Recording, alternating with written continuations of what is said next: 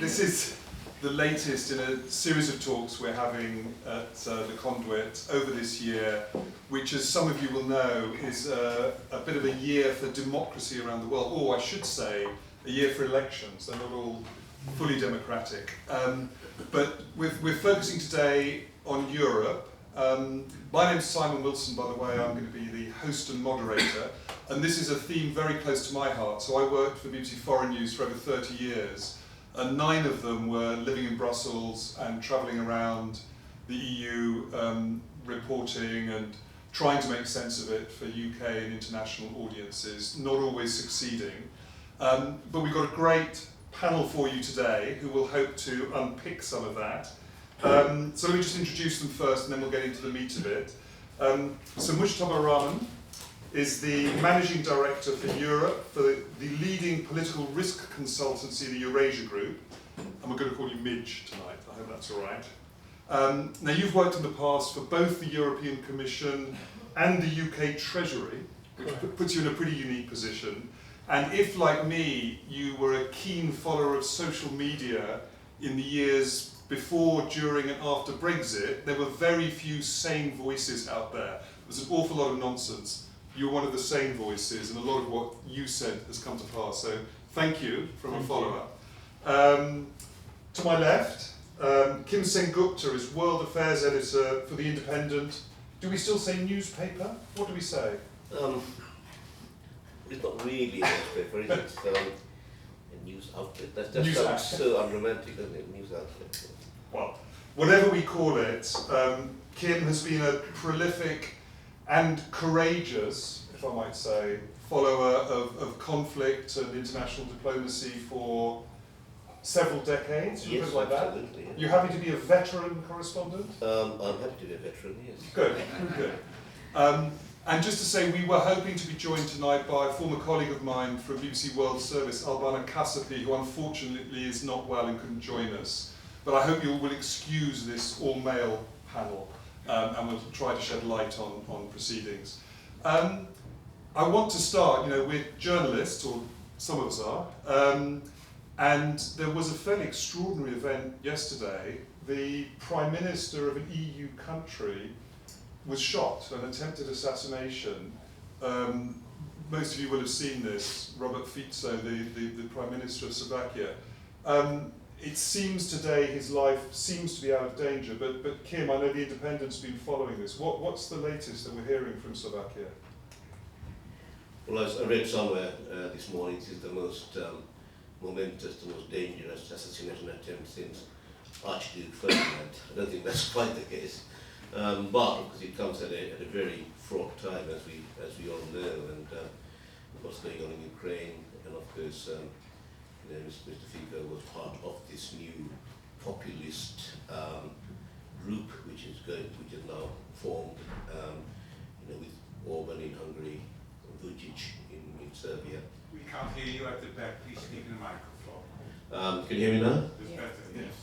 Thank you. And so, it does come at a very tense time in Europe.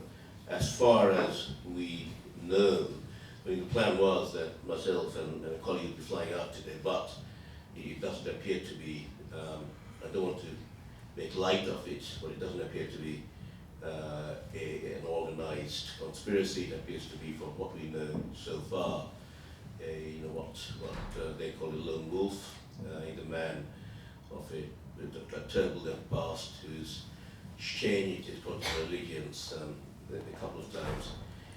He was apparently a pacifist, obviously no longer, and he's 74 years old, another conflicted individual.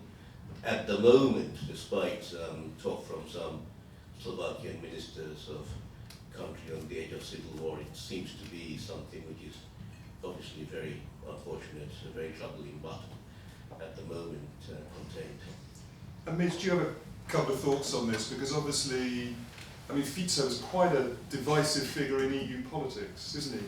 Yeah, so we've been, we look at these issues from the perspective of what matters for market participants and investors, and I think from our perspective, there may be some domestic implications. There's a concern that his political group may go after the opposition, they may go after the judiciary, they may go after opponents in the media, and so some of the domestic polarization we've seen in Slovakia may be exacerbated, not immediately, but over time, and that may then play into the relationship with Brussels.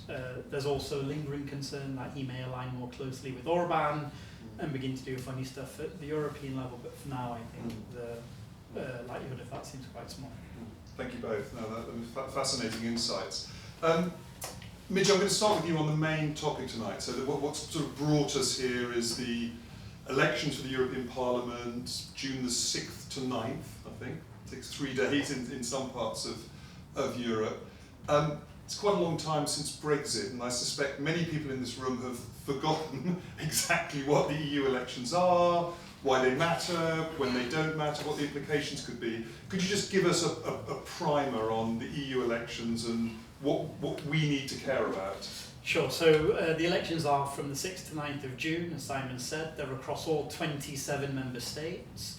This is about who will represent the member states, both in the European Parliament, and the decisions the European Parliament will then take regarding the leadership of the institutions in Brussels, so European Commission, European Council, as well as what the mandate of the next EU will be over the next 5 years, so what political priorities will come to pass over those 5 years.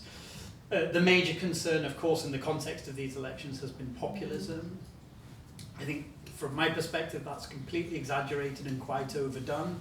If you look at the polling across most countries, the centre-right, this group is known as the European People's Party in Brussels, they will come first. That's the party of von der Leyen. Because they come first, they get to choose who will lead the European Commission. They will claim that role for themselves. I think it's highly likely VDL will win a second term, and I'm happy to talk about the risks involved in that process if that doesn't happen. The centre-left, so the Socialists and Renew, this is a centrist group created by Emmanuel Macron, French president, will come second and third place. And so what you will see, I think, for von der Leyen really is a governing majority that is derived from the centre, and that will allow her to effectively deliver her mandate and legislative priorities over the next 5 years. That draws from the centre. Now, it's also true that there will be some more right-wing MEPs running around in the European Parliament. They will cohere in 2 groups. One is led by the Italian Prime Minister, Giorgia Meloni, and the other is a group, it's really a repository of far-right populist types in Brussels known as Identity and Democracy. I think the most important thing to say about these 2 groups is, firstly, they won't be coherent. Very often what you see in Brussels is a lot of these national parliamentarians that belong in national delegations. They don't work across their national lines, and so when they're in Brussels, they're not well coordinated. These groups aren't disciplined. Very often they don't meet, they don't organise around a particular party line. And that these 2 parties collectively control nowhere close to a majority. And so, while it's true that some of the centrist parties at the margin may move right on a couple of discrete issues, and I'm happy to talk about what they will be, in particular the green transition and migration, fundamentally, I think my view is their influence will be quite constrained and quite limited. That's not how it's presented in general reporting. That's really interesting. But I think we feel quite constructive about the outcomes in Brussels and the impact it will have on policy. Really interesting. I should have said at the beginning actually, but please, if you've got questions, sort of the specific topics that Midge answered, we'll come to you at the end and we'll get into some of the detail. So whoever sort of emerges from this, and as you said, it does look likely, although not certain, that it will be von der Leyen or at least someone from the EPP. They go at the head of the Commission. They're going to inherit a huge list of things on their plate. The climate change, the green, economy, democracy. There's a huge. I mean, one of the very big things is policy towards Ukraine, and President Macron and others have really been sort of saber rattling, talking about putting troops on the ground. I thought it might be useful, just perhaps come back to Kim for a second. You've been, I think you said just now, 6 times to Ukraine since the war started, and we're starting to hear slightly worrying things about the Russians moving forward. Could you just give us a little sort of lay of the land of how things are going on the battlefield in Ukraine? Then let's come back and talk about how that can impact policy. Certainly. I've also, last week, I've just got back from Estonia, where they're carrying out the biggest NATO exercise since the end of the Cold War, 98,000 troops, and across 6 countries all the way from the Baltic to the Balkans, because that's the scenario they see the battlescape if there is a land war in Europe with Russia. Now that does sound an extraordinary event to foresee, but certainly the military we spoke to, whether it's wishful thinking or not, but they seem to be fairly convinced that there will be conflict on the ground of some description, incursions or possibly small-scale invasion. Whether that happens or not, I think will depend an awful lot on what happens in Ukraine. Just briefly, I don't know Ukraine that well. I was there for the 2014 revolution and then covered the separatist wars in the Donbass. And then in 2022, we, not knowing whether invasion would take place, we all of us went out there. I was there from January until the invasion took place until March, March. And during that time, after leaving Kiev, when Kiev was saved, so to speak, we went down to Kharkiv, which was then getting shelled every day, and then the Russian troops almost in the center of town. We could see them from the hotel we were staying in, the Kharkiv Palace, which has since been bombed several times, and it's not inhabitable any longer. Now, what's happening now, of course, is the fact the Russians are trying to get within artillery range of Kharkiv. I don't think they want to or can storm Kharkiv. I don't think they've got the capability of doing that. But if they get within artillery range, then again, what we saw back in 2022 spring will recur. At the same time, and forgive me, stop me if you know of this, but at the same time, what's happening is that in the Donbass, the Russians are making quite rapid progress. Last time I was in Ukraine was about 6 weeks ago, and the places we stayed in, Avdiivka, they are now, Avdiivka certainly in Russian hands, and they're progressing towards the main 2 cities, Sloviansk and Kramatorsk. If they get Sloviansk and Kramatorsk, then they're virtually controlled, or capable of then moving on to Luhansk and controlling the whole of the Donbass. The situation is pretty dire at the moment. For the Ukrainians, they're completely outgunned. They're certainly outmanned. I think the Ukrainian army on the field altogether is 210,000. The Russians have amassed anything between 480,000 and 550,000. So, they are 2 to 1, and they've certainly managed to up their ammunition production, which of course the West has not been able to do for Ukraine. So, scenario is quite dire. If you speak to people in Ukraine, they're exhausted. They want the war to end.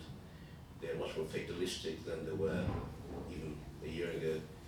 And also, of course, always in the background is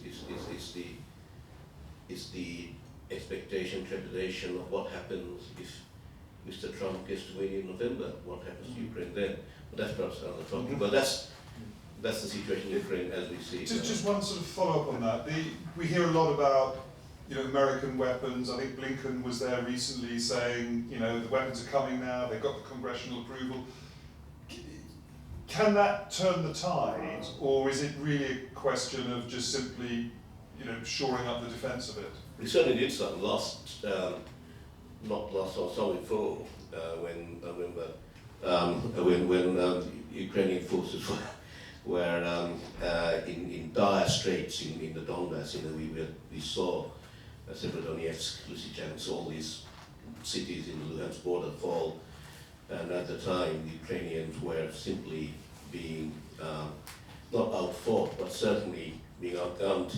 And then Western weapons arrived, MLRS and a couple of others, and that turned the tide. But now we've got another cycle. The Ukrainians have got the weapons, but they haven't got the ammunition needed to use them. The congressional approval obviously is good for Ukraine, but because of the time it took for Congress to pass the bill, there is an obvious time lag now between what's been promised and what's been delivered. And so I think we're looking at quite a long and bloody spring and summer in Ukraine, unfortunately. Mitch, how divisive an issue is Ukraine in the EU? I mean, there's been broad political support, with the odd exception, and Robert Fico we talked about was one, Orban is another. What do you think could happen if, as Kim suggests, the war drags on and it's not going well for Ukraine? So I'll answer this question in two ways. I think European policy on Ukraine is quite schizophrenic, in that I think there is complete alignment around what support looks like for this year and into next.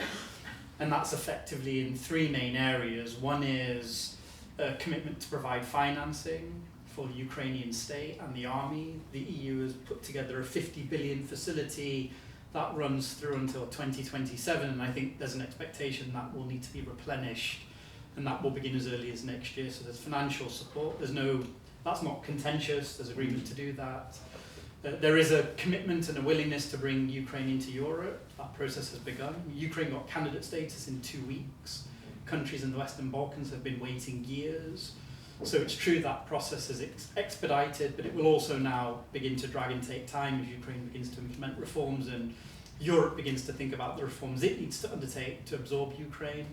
Ukraine is large, it's poor, it's an agricultural superpower. It joining has major fiscal implications for Europe. They will need to be worked through. And then the third leg of support is military. There's a facility that's been created in Europe known as the European Peace Facility that is procuring weapons, sending them to Ukraine. And Ukraine is in the process of negotiating 32 what are known as bilateral security guarantees. And these are commitments for Ukraine not to fight this war, but to equip Ukraine in the future in the event there's a further incursion, whether it be from Russia or whoever, that prevents the need for Western partners needing to build support across public opinion in the first instance before you can support and provide these weapons to Ukraine. You just bake in effectively all the support you've provided to date, and that's the baseline for the amount of support you provide going forward. So on that stuff, it's not contentious. Where the consensus completely falls apart, and where you've got actually, I think, quite a dysfunctional discussion among member states is on the strategic question of what Europe does in the event Trump wins, which we think will happen, and tries to, as he says he will, enforce a peace within 24 hours. Right? So Trump is obviously not a multilateralist. Putin does not like Europe. Assuming these two principles are in power in November and they try and do a deal over Ukraine and the Europeans aren't even represented at the table, as is highly likely, then the question becomes, well, what are the implications for Europe of Ukraine being partitioned? Certainly a ceasefire, let's see if Trump can achieve that. Can he, ultimately organise a peace agreement that's durable?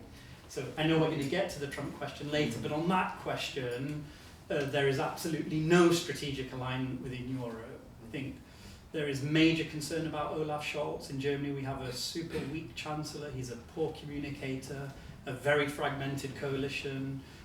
Across the three partners within the coalition, they can't even decide what time it is, let alone what to do over something as challenging as this Ukraine complex. In France, you have a president who has a very clear analysis, I think, across all different bits of government about the implications for Europe of Russia winning and Ukraine losing, but they have no fiscal space to provide support for Ukraine. The French have done 3.8 billion so far, Germany's done 17.7. And so there's huge tension between the French and the Germans on this question, right? I think the French believe Scholz doesn't have a policy on Ukraine, he's hiding behind the number. In Germany, they think Macron can say what he wants, but he's providing a fraction of what the Germans are doing, and it's all very dysfunctional and quite difficult. And so that, I think, is the debate now von der Leyen and others are leaning into in the aftermath of the elections, will be really getting Europe razor focused on how we prepare for Trump, how we assess and address the implications of what may come to pass by the end of the year. Fascinating. And I mean, let's stick with Trump. It's, you know, literally, no, I can't say literally, metaphorically the elephant in the room. Kim, that was pretty definitive, that Midge and his team are leaning towards a Trump victory in November. What do you think? And in the context we're talking today about Europe, but the implications are so big. Well, if there's a Trump victory, and I suppose at this moment, I think most of us will agree that danger is very palpable at the moment. I think we're going to see the end of the war fairly soon. I mean, Mitch mentioned will the Europeans be present in a Trump-Putin deal? And if you recall how Trump dealt with Afghanistan, the Doha agreement between the Taliban and the Americans took place without the Afghan government being involved at all, apart from being told by the Americans to release 5,000 of the most dangerous Taliban prisoners, who then went on to, of course, do what they did. So it's not, I'm not saying that Trump will treat Ukraine with the disdain that he treated the Afghan government, but I think, there's the very real possibility that a deal will be done between Trump and Putin. That's certainly what most Ukrainians were thinking about and things. And it's really now a question on the ground, in the most basic way, of who can grab what before that happens. And at the moment, this sort of land grab before there is a ceasefire, the Russians are doing better than the Ukrainians. This is not, if you recall Trump saying before the last election that he's prepared to let Russia have Crimea, and no doubt, he will say, well, no doubt, I think you can expect him to say that, Luhansk and Donetsk would stay in Russian hands. Can I just add one thing, basically, if I may? Those of us who have been in Ukraine reporting from, these are very melodramatic, reporting from the front line, then come back here, and we often wonder if we're in a parallel universe, because we see what's going on in Ukrainian front line, then we come back and we go to think tanks, and we listen to pundits, a lot of them armchair journalists, talking about these early days, about how close Ukraine is to total victory. I remember just asking at the IISS ones what shape will a peace deal take, and being told, well, come on, Kim, a peace deal will take place after Ukraine has got back the Donbass and got back Crimea. Well, that was never going to happen. And I think the perception over here, to a certain extent, that we'll keep on supplying Ukraine with weapons and then fight to the last Ukrainian, isn't going to work. There needs to be a settlement, and one of the reasons, of course, that the Ukrainians are in this position now is because a lot of the Western pledges simply have not materialized or have come too late, because the battles get moved so fast, and you send them Patriot 6 months after they're needed. And the Russians, of course, always innovating their tactics as well. So yes, at the moment, I think most, love to hear what you guys think, but I think the scenario seems to me that if Trump gets in, it's really bad for Ukraine. Let's think more broadly as well about other bits of Europe and neighbouring areas of Europe. This week we've got people in the streets in Georgia waving EU flags up against police and other forces, hitting them over the head with batons. It all feels very like Ukraine in 2014. Do either of you have a sort of perspective on that? Is there any appetite, Midge, for example, do you think, to support Georgia in the way that Ukraine has been supported? So I do think, the Europeans, I think, have reinvigorated their enlargement policy, which has been effectively defunct for over a decade. And I think there is a much greater appreciation of the near neighbourhood and the need for Europe to be strategic when it thinks about the near neighbourhood. So that's Ukraine, it's Moldova, it's Georgia, but importantly it's also the Western Balkans, because I think there is a sense, unless you bring these countries closer into Europe in a kind of structural sense and institutionally, they will be fair game for Russian and Chinese proxy influence going forward, and that will consistently undermine European security in the future. So I think my own sense is Ukraine won't join independently, as it were, or on its own. I do think we're looking at a universe where Europe will jump from 27 to 35 or 36 countries over the course of the next 10 to 15 years. And the European Union will have in 10 to 15 years will be very different from the one we have today, because a union of 35 is very different from a union of 27 as a union of 10 or so was from, compared to a union of 24 or so. So I think Georgia's involved in that process. I think it's probably on one of the slower tracks, given the composition of the government and this law that they're now passing. But I think there will be an attempt in Brussels to move that process forward. Okay. Well, my views, I mean, it certainly looks from afar like it certainly has echoes of what happened in the Maidan in 2014-13, the similar kind of civic protest. And you've got today, I think, four European foreign ministers who are there encouraging the opposition, and that's what happened, I remember, in Kyiv at the time.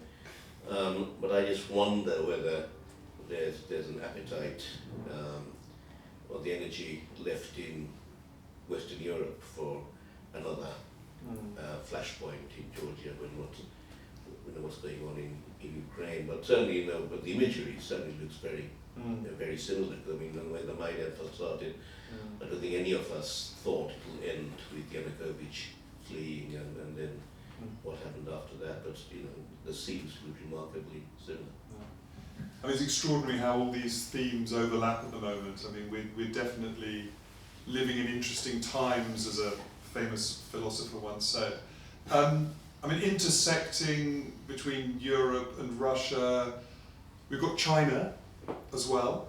President Xi was here recently. I mean, interestingly, visited Paris or France, Serbia and Hungary. A really interesting choice of countries. What are the Chinese up to, do you both think? Exactly. So I think Xi is obviously trying to divide and rule, and I think he's been quite effective. The European Commission has this big, what they're calling de-risking agenda, and de-risking is distinctive from what the Americans are doing, which is decoupling. So it's meant to be a tamer version of what the US is up to. This is consistent with Emmanuel Macron's idea that Europe is a third pillar in the world alongside the Americans and the Chinese, and we don't, as Europe, simply track what the US does, but we have our own geopolitical preferences and priorities, and we will articulate our own third way approach to the Chinese. The problem, of course, as always within Europe, is none of the member states are aligned around what that approach should look like. I think there is, again, there's a kind of schizophrenia. There's a recognition after Russia's invasion of Ukraine. If you think about how aggressively Germany had to decouple from Russia, given its energy and economic dependence, there is a recognition at the highest levels of the Chancellery, and I know this because I speak to all of these people, that over-dependence on autocratic regimes is a long-term problem for the German economy and many other countries in Europe. At the same time, given the decoupling from Russia, if you look at the economic outlook in Germany, growth is effectively flat. There was this very weird constitutional court ruling in November that's effectively said the way the government is financing all its programs is unconstitutional. So now they're identifying savings from the budget each year, 30 billion next year, that's close to 1% of GDP. These are meaningful numbers. That's a challenging economic environment. The last thing Scholz and the Chancellery want to do is introduce turbulence into the relationship with China in that context. And so what you instead get is the dependency is a problem, we need to diversify our economic and our trade links, but we'll be gradual and do it over time.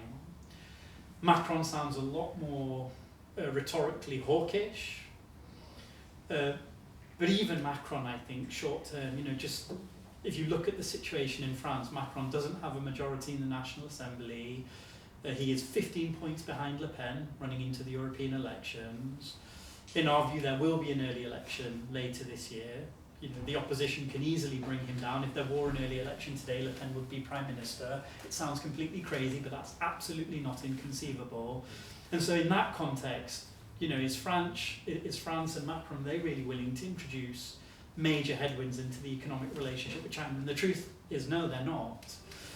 I think the Europeans also think Xi has, I guess, what I would describe as positive agency in international politics. So the Americans look at the Chinese and they say they're a problem, and in all these, across all of these major issues, whether it's biodiversity, climate, the Ukraine theatre, the Chinese are a negative influence. I think the Europeans believe the Chinese are important, but they can be a positive influence.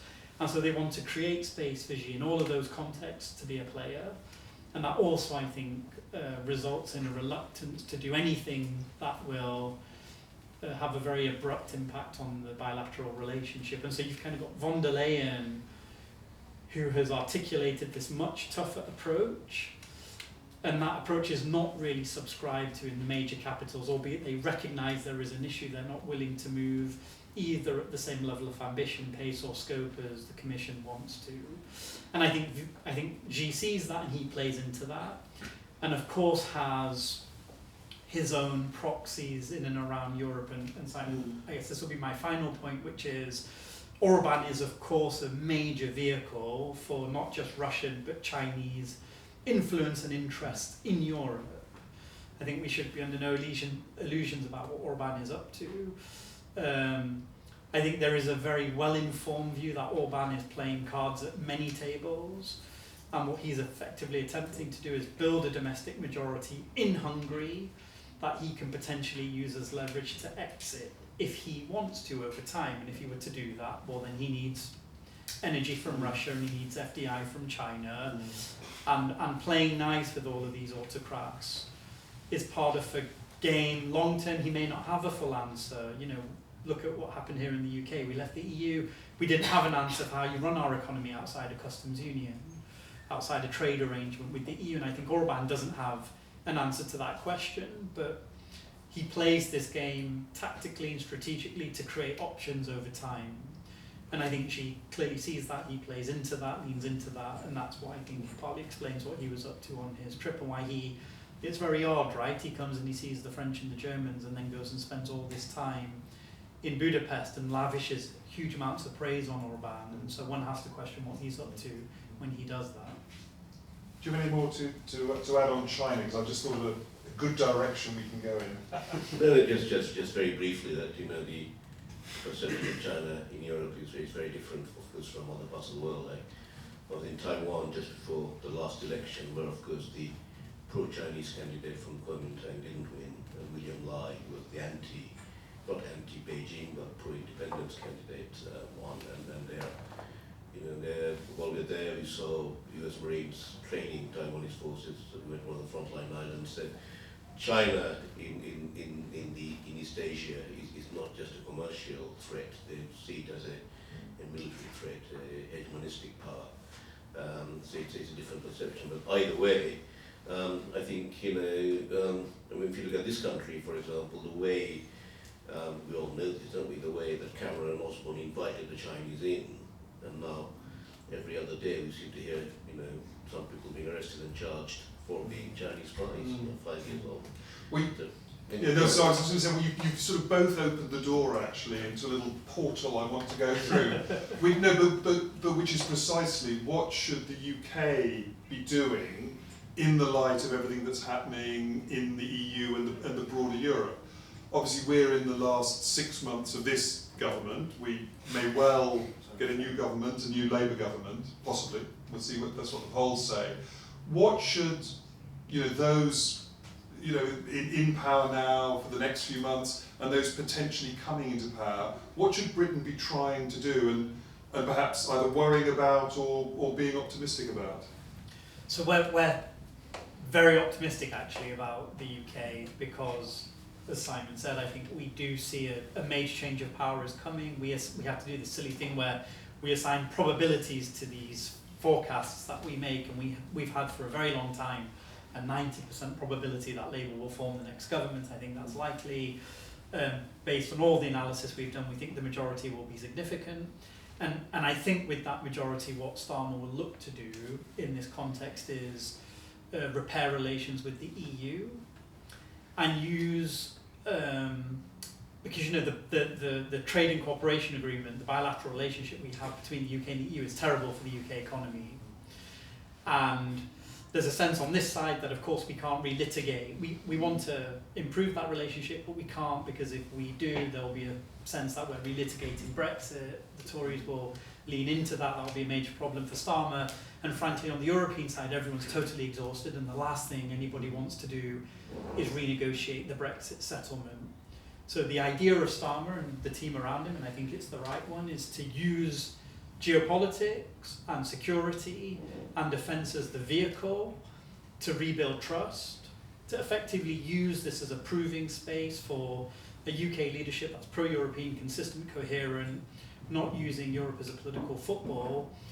It's something the Europeans want support on, as given everything that's happening between France and Germany, Ukraine, the risk of Trump, etc.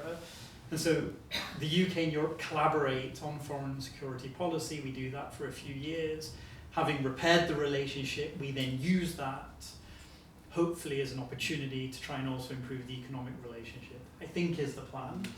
And in order to put that into effect, I think Starmer's people are investing intelligently in the right conversations in major capitals, the institutions in Brussels. I'm not saying there's a pre-negotiation that's taking place, but conversations are being had about, if there's an election in November, as we think there will be, does Starmer turn up at the December European Council? There's a political declaration that's signed between the Commission President, Council President and Keir Starmer that puts into effect this security and foreign policy cooperation that then creates an opportunity to rebuild the economic relationship over time as well. Really interesting. What are you sort of feeling and hearing sort of diplomatically about the contacts with Europe? Well, it's interesting, because I was just about to say, Simon, that when one speaks to foreign diplomats here, not just from Europe, but from all over the world, really, some very major powers in all hemispheres, what they say is that they speak to senior Tories, and the impression they get is basically of complete drift. They're too busy when they speak to them of basically slagging each other off in the Tory party. Whereas when they speak to Starmer's team, they hear a unified voice. It may be entirely artificial. They are, not they're completely on message. They may not believe in what they're saying, but they're singing from the same hymn sheet. And so certainly the impression one gets from talking to foreign diplomats in this country is that they'd like to see a cohesive government. They'd like to see a more stable government, and they'd like to see policies which translate into action. But of course, one thing that the Starmer government will have to somehow cope with, possibly, is the Trump presidency. The time when a Democrat or a normal Republican president could use the UK, as was the case to an extended breach with Europe, will be very difficult now if Trump does get in and there's a Starmer government in this country. So that is the elephant I think we all got to cope with. I have to ask the question because it's such a big factor in British politics, like it or not at the moment. What about the boats?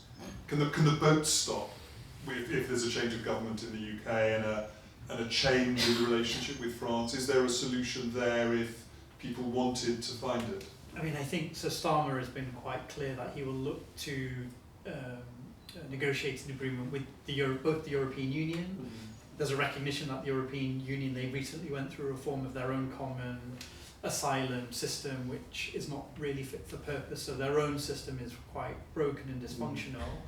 But Starmer will attempt to do something at the European Union level and also bilaterally with the major member states. We're getting closer to the moment where I will invite you to ask your questions, so start forming them and start catching my eye. I'm just going to kind of reel off, there's so much going on around Europe at the moment. I think there's a lot of people, especially younger voters in Europe, where I'm spending a lot of time at the moment. I was explaining earlier, for my sins, I'm producing the big EU debate with all the candidates for von der Leyen's job next Thursday, so I'm being lobbied from all sides. And from younger voters, it's all about climate emergency, the Commission's green plan. Now, what about that? Because it was quite an ambitious policy, actually, that von der Leyen did introduce when she came in, and there's a sense that under pressure from the farmers, she's having to sort of roll back a bit from that. Do either of you want to have a quick go at sort of EU climate policy? Well, I mean, both of you are far better informed on that than I am, but if you look at the next right-wing government being formed in the Netherlands to build this, Lagarde is not going to be actually head of the government. No, I think his party is. But it's going to be a right-wing government, and one of the first things they're doing is loosening environmental laws. Yeah. So that's obviously a populist vote catcher. So I would just say two things very quickly. You'll remember in the aftermath of COVID, the European Union organised this vehicle known as Next Generation EU, which was 750 billion euros in financing, as around 350 of that was grants. So this is money that goes from Brussels to the member states. It's not loans, it doesn't need to be repaid. And the purpose of that financing is to support investments that sustain both the green transition and digitisation. That thing runs until 2026. And so even if the politics on climate are becoming a bit more challenging, in a lot of the countries that are seeking to meet and achieve their net zero commitments, this financing is still coming online and will be a major contributor to Europe's efforts to continue to be a leader on the green transition. And the second thing I would say is all of the legislation for the 2030 midterm commitment have gone through the Brussels sausage machine, Council, Commission and Parliament. And so to the extent there is dilution, it will only be on legislation regarding the 2050 commitment. And so I think one has to also recognise there has been major progress on the midterm targets, and there's an open question about the extent of dilution on the targets to 2050. Yeah. Just one final one, probably just for you, Mitch, because again, it's something that gets asked a lot in EU circles. One area where the EU has kind of led the world actually is sort of regulation of the big tech. Social media, Google. They've actually brought in laws, and the rest of the world has followed. Is that but at the same time they're massively kind of lobbied, huge amounts of sort of lobbying power in Brussels. Is that a sort of leadership role the EU can continue to take to try and bring some kind of sense to the kind of crazy world that especially younger people live in with social media and things? So I think they will try, Simon, but my sense is the political priorities for the next commission are really going to be focused on security and defence. That will be number one. Just look at where governments are spending their money, right? Poland is spending 5% of its GDP on security and defence. I mean, the arrows are all pointing upwards. Goldman Sachs did a very interesting index where they looked at, if you look at the equity market and you look at defence firms and you look at their performance over the last few years and expected performance over time, and I think the number was something like a 300% increase in the trajectory of these firms and their profits. So there is a lot of money. There is a major discussion in Europe now about bringing on the facility I just described for climate and digitisation to do the same for security and defence. Numbers in the order of 100 to 200 billion euros are being talked about in Brussels. This will be a major part of the next Commission's mandate. So this is really, I think, we are in a much more insecure world. Geopolitics with vengeance. People are really worried about Russia, very worried about Ukraine, very worried about Trump. That's where I think the firepower, both political and fiscal, will go. Then it will be enlargement. Yeah. And then it will be green. Digitisation and tech is there. I just think the political focus is probably going to be elsewhere. Right, it's been fascinating, really fascinating conversation. I mean, we've ranged widely, and there's just so much knowledge and experience. Let me open it. Does anyone have a question? Yes, you sir in the front. Do we have a mic for the questions? Or? No, but can I borrow? I can borrow one. Thanks, guys. Very good. Very interesting, and Yeah, my name's Piotr, part of Carbon Track at the moment, but previously UN, Crisis Group and things like that.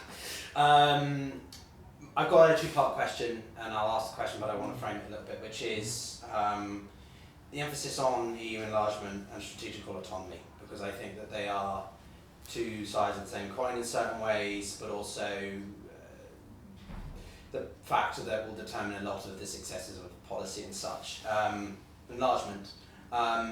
I personally am very much against Ukrainian membership for one singular reason. As we've seen in the Can we get to a question? Sorry, yeah. I should have stated it. It's mainly for questions, but yeah. please give some context. Yeah, to the question. context is basically enlargement is a very risky thing because it jeopardises the European economic project. And as much as I support Ukraine's sovereignty and independence, I've been to the front lines several times myself, Ukraine is not ready to join the EU. It is not an economy that is functional. And the question is? Well, the question is, enlargement is a risk, and is it not more important to focus on sorting out the situation now, ensuring Europe is more strategically autonomous, aside from over-reliance on the United States, China or Russia, than it is to improve expansionism? Who'd like to take that? Do you want to have a quick go? Yeah. Oh, sorry. Sorry.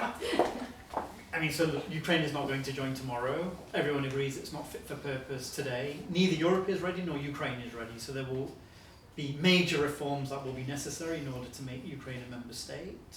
I think one can ask the question, if you look at Europe, think about the EU budget, 1.1 trillion, 50% of that is spent on agricultural subsidies, 30% on economic convergence. I mean, I think there's a question for Europe as well about its own strategic priorities, given the world we're in, and where Europe should be spending its own money. And if Ukraine is a catalyst for reforming Europe, that ultimately enables Europe to become more coherent, more fit for purpose, that may not be a bad thing. I don't think anybody believes this is a short-term endeavour. I think, the earliest policymakers in Brussels and major capitals talk about Ukraine joining is at least in 10 years' time, if not longer. If you just think about the politics of Ukraine and organising a ceasefire and a peace agreement, Zelensky will need concessions he can sell to his population. NATO may be played in that context. Europe will be a very important lever for him to do a deal in a context where he's not going to get all the land back. So if you remove that concession from him, politically, very hard to see any incentive Zelensky or the Ukrainians have to do any kind of deal with the Russians. So I think the European piece is really important, not only for potentially sponsoring peace in Ukraine, but as I say, maybe also galvanizing reform, both in Ukraine and Europe. That may be better for both partners long term. And Kim, you've spent more time on the ground in Ukraine than most of us in this room, I suspect, although please put your hand up if you differ. When you're on the ground, what do people there believe, do you think? Do they believe there's a future in the EU? Well, they certainly hope so. If you, well, you've been to Ukraine many times, you've seen the difference between 2014 and now, just before the war had started off with the East is different. East is different from Central and Western Ukraine. But I think that's certainly the aspiration for most of the people. That's certainly among the young people. But I agree with what Mujtaba was saying. Ukraine is not ready. It doesn't live for a long time. It ain't going to happen anytime soon. But also I think it is not just for Ukraine, but other countries, former Soviet bloc countries. I think if you say that the door is shut, then it stops the incentive for reform. It stops the incentive for trying to introduce liberal politics. I think that hope and aspiration must be there, but it's a question of what's practical. But the Ukrainians, certainly the ones I've spoken to, don't think they're going to join the EU anytime very soon. Did you have a second part of the question as well? Sorry, you said it was in two parts. But okay, we'll come back. We'll come back. Thanks. Yeah. Thanks. I've got two very quick questions. One, I heard rumours that Zelensky might himself not be so stable in his role, might be challenged. Have you heard anything along those lines that's made a difference? Let's throw that to Kim first and come back. Well, his popularity was very low just before the war, so down to 21% just before the war started. After the invasion, then he shot up to in the 90s. It's still quite high, but if you look at the polling, then the guy who was topping him quite regularly in the opinion polls was General Zelensky, the Chief of General Staff, head of the Ukrainian military, who he then sacked, and Zelensky has just arrived in London as the ambassador.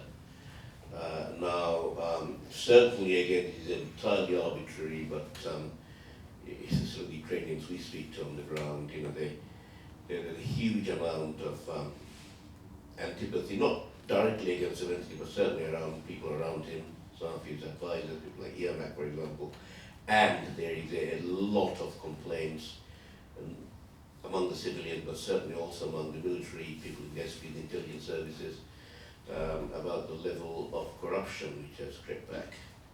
And someone has to carry a can for that at some stage. But of course that's not going to happen now because there will be no elections in Ukraine. There's always elections, meant elections in Ukraine this year, but that it ain't going to happen. So, and then also, if there is a peace deal done by Zelensky, which basically means Ukraine goes down a big way, then he will find it difficult I would have thought, to survive. Julie? I mean, there was also, recently a report of quite a serious plot to kill him, wasn't there? An internal plot. So, I mean, Well, that's what they say. Anyway, these plots keep on coming up from time to time. No, this was true. They've got two. It's not the first time this happened. He said that's by the Russians. Yeah. The second one might be is even shorter and maybe really silly, but it amazes me. Everyone seems to be pretty convinced that Trump is going to come out to stop the war, but I read also that 75% more of American spend on arms is actually spent in the United States. So it's actually paying itself to produce these arms.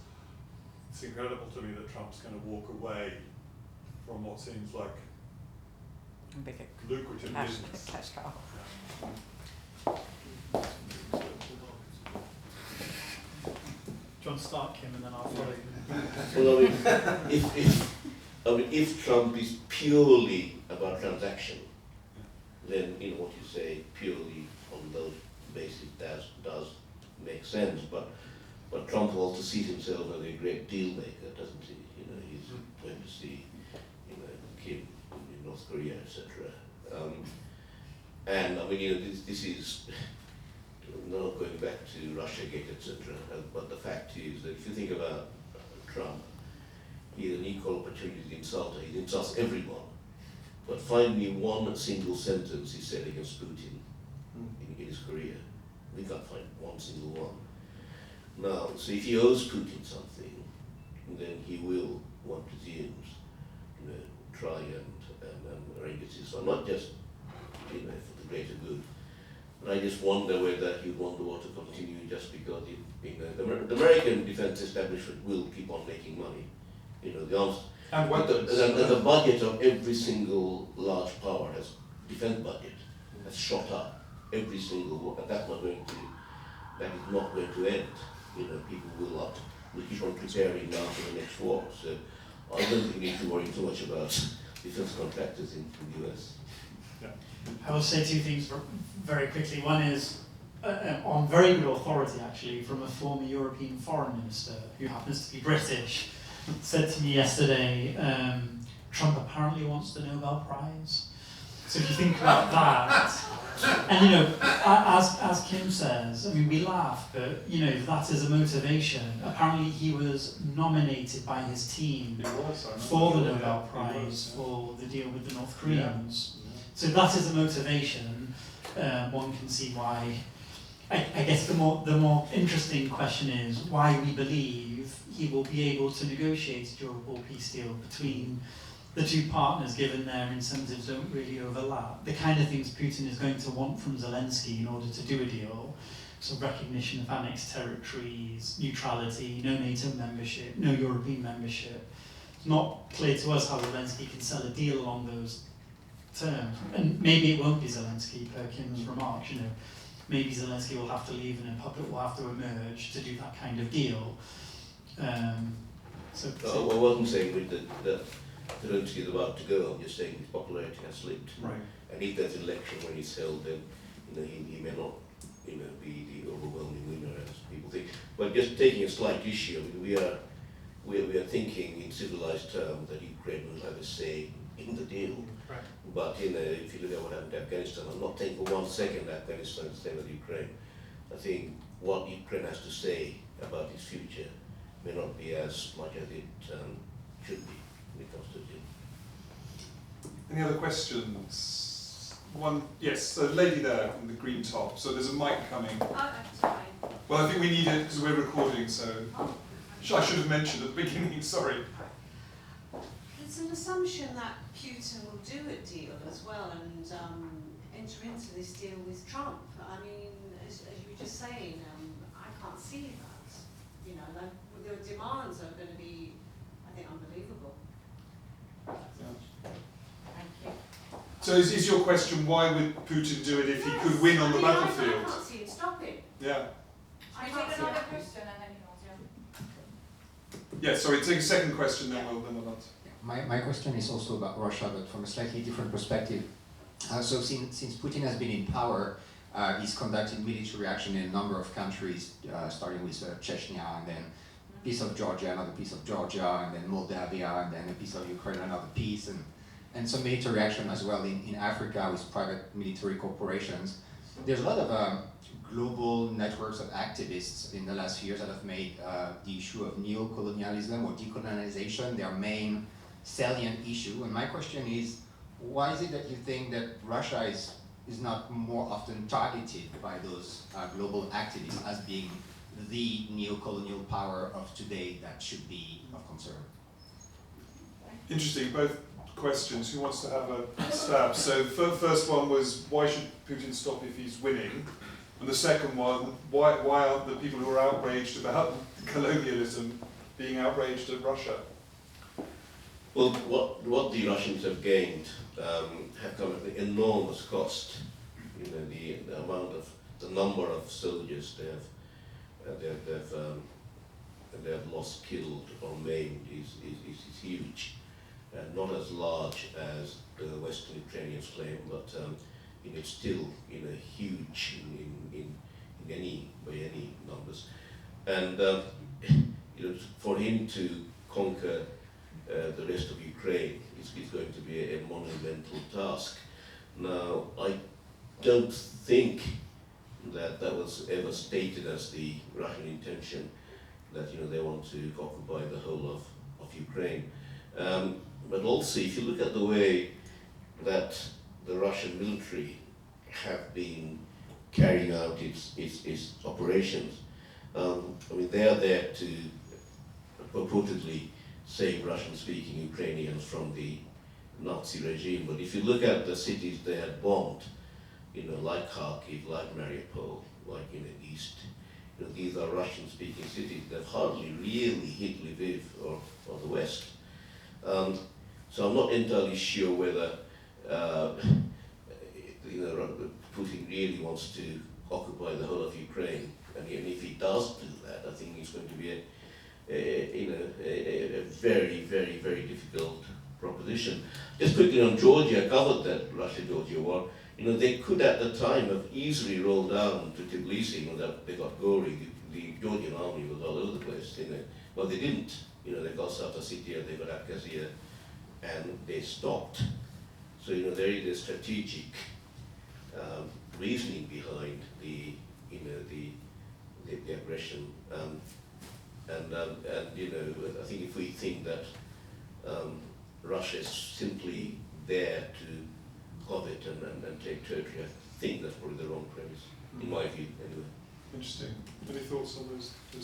I guess I think the concern will be that both sides, not just Russia but Ukraine as well, will use any cessation of hostilities to effectively rearm, to then 3, 4, 5 years later come back and have another go. And that is certainly, I guess, what experience would suggest. If you look at what happened in 2014, the Minsk I, Second and Third Agreement, and then the invasion in 2022. So that will be the concern, certainly on the Ukrainian but also the European side, that any peace agreement is effectively an opportunity for Russia to take some time to rebuild, to re-equip, etc. There's obviously been lots of reporting about the kind of economy Russia is now running, this quote-unquote war economy, and so I think that will be a major concern. And then the final point I would make is, with Trump, of course, there's a lot, we've talked about what he will try and do, his designs on Ukraine,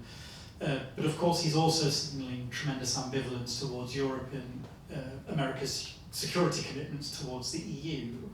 And does he stand behind Article 5 or not? How do countries in Europe think about their own security if America is not going to provide that umbrella? Only the French and the UK have nuclear weapons. That means all the other countries in Europe are susceptible to blackmail from countries that have nuclear weapons. And so I suspect if we move to this world where there is a peace, quote-unquote peace, that's imposed upon Ukraine through Trump, you will see lots of discussions in Europe about, I'm not saying it's a nuclear arms race, but in this context, does Poland think it's worthwhile to develop its own nuclear weapons? Does Turkey think about the same thing? Because one conclusion I think many countries will draw from the conflict is that Russia avoided both nuclear retaliation but also conventional retaliation because it had nuclear weapons, and the only way you are safe in this world is if you have the bomb. And I think that is what Macron is leaning into when he begins to talk about the need to Europeanise France's nuclear deterrent for the EU. It's because of Ukraine, but it's also because there's major concern about what Trump will do regarding NATO if he wins power. Can I ask a quick question on that? Yeah, yes. I mean, yes, please. Yeah. No, I just on this point. No, do. Because Tusk has basically said that they want to adopt nuclear weapons of the Americans, right? And they are trying to re-establish the Weimar Triangle, and they're also trying to really build up the Three Seas Initiative. I feel that the Poles are really launching this, Eastern European subset of the European bloc. My concern is, does this not begin to drive a bit of a wedge between Western Europe and Eastern Europe, where the Spanish are not exactly reaching their NATO targets? So, what's your opinion on that? The sort of internal division between East and West, based on, towards Ukraine and Russian threat. I mean, I think West and East have actually got quite close, because the assessment in the West about the concerns that the East had, which they may not have properly adopted or assumed historically, I think a lot of that has been addressed, and Macron has leaned into that. So, the understanding and the concern and the existential fear that countries that border Russia have, I think there's a much greater appreciation of that fact in capitals in Western Europe, certainly in Paris, to some extent in the Chancellery as well.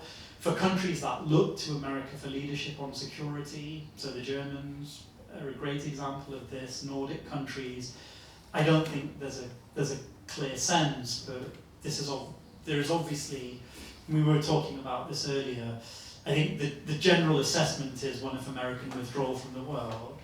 It's happening under Biden. It started with Obama, with the pivot to Asia. It's continued under Biden with the Inflation Reduction Act. Look at what he did on tariffs yesterday and the implications. I mean, all of that overcapacity from China is going to be dumped onto the European market. That's not in Europe's economic interest. It will be accentuated and accelerated under Trump, but I think it's wrong to believe this debate won't mature even if Biden wins the White House for another term. I think there's major concern in Europe about the direction in America, the reliability of America, and what Europe needs to do to organise its own security. France is the most forward-leaning. The Chancellery has its kind of, head under the pillow. It realises these problems. It doesn't have any capacity to organise a strategic response. But I think all countries in Europe are beginning to wake up to this reality, and in fact this is a major issue for them long term. Thank you. I was just going to say, so I think we're beginning to wind up now. We've talked a lot, and it's been fascinating about sort of Trump and Russia. I was just going to say, does anyone have a question on anything else? Yes, you sir. Yeah, two questions on something else. I do have two questions on other. One's about the UK, the other is about the European Commission.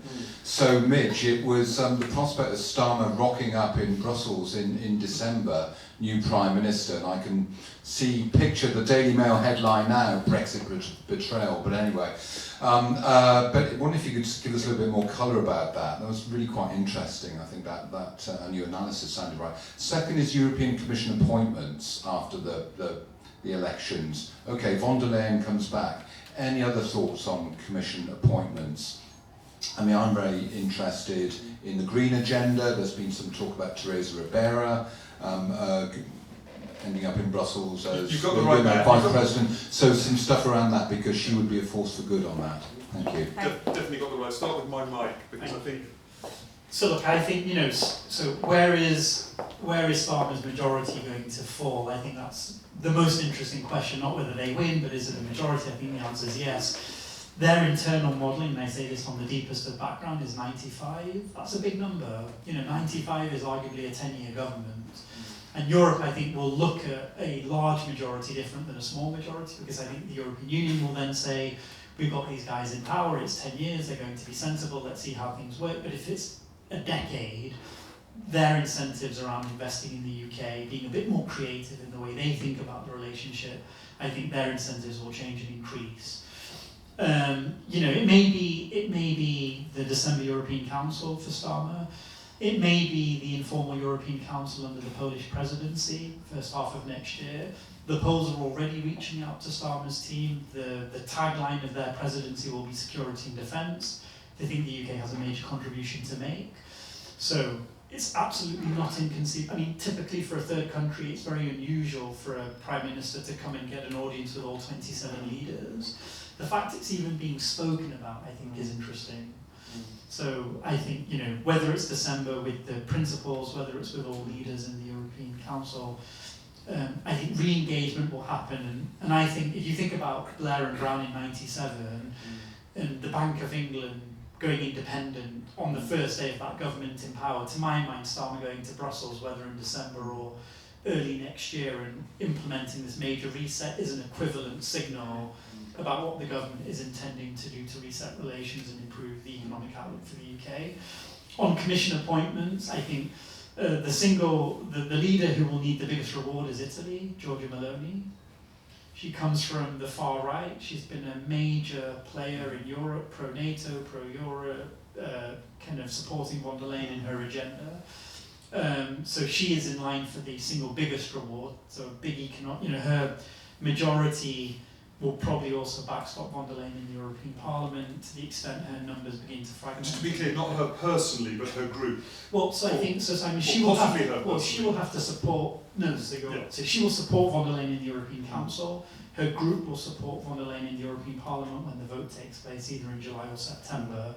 So she's looking, and her group and her Italian appointee, a Europe minister, I think, is looking for a major appointment and a big economic portfolio. I agree, the Spanish and Pedro Sanchez, they're gunning for the kind of green transition portfolio.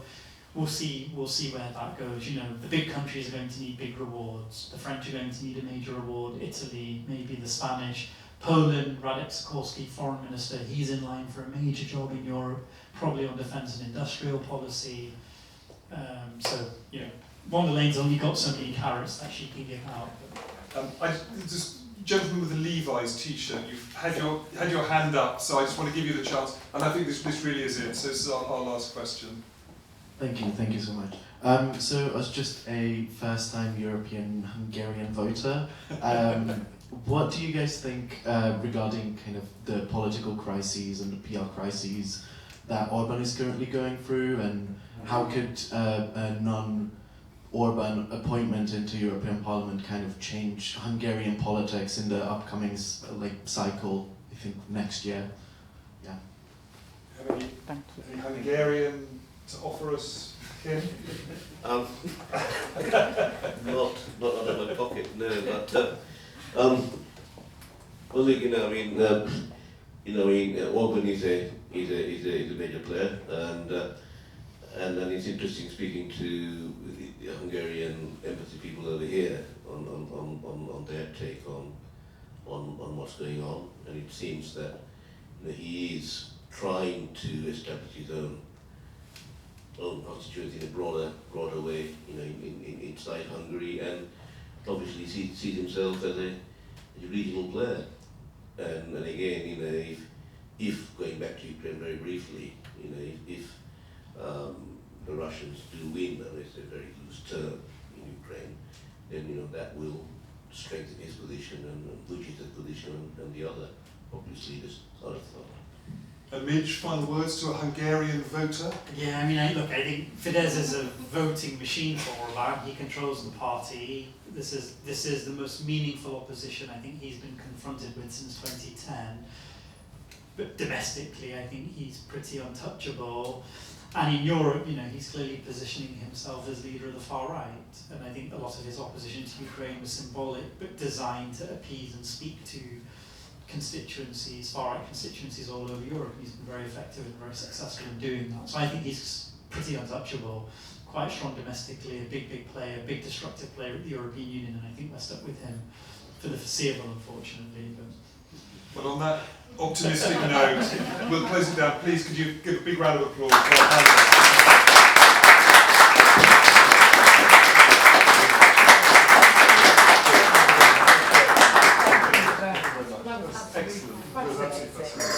And we didn't even talk about Gaza. I know, that's true. It's the only panel where you won't talk about Gaza and Israel this year. So. Now, unfortunately, the cafe here is closed, but you can all go upstairs if you want a drink or a coffee or something. Thank you. Thank you. Thanks.